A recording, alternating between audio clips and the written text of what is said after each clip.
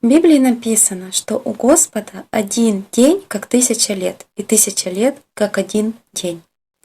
То есть Бог, Он находится над временем, Он находится в вечности. И один день, как 1000 лет, 1000 лет, как один день. В начале Библии мы читаем, что Бог сотворил землю за 7 дней. И что мы видим по Библии? Что Земле 6000 лет. И как бы эволюционисты, дарвинисты, сатанисты не пытались опровергнуть этот факт, вся геология Земли это подтверждает. На каналах моих священников, докторов теологии Юлии Станислава Салтаненко вышло просто шикарное видео, где факты неоспоримые. Заходите, слушайте, и пускай ваша вера возрастает. Так вот, 6000 лет, 7-й день, 7000 лет, скоро пришествие Иисуса. В Библии написано,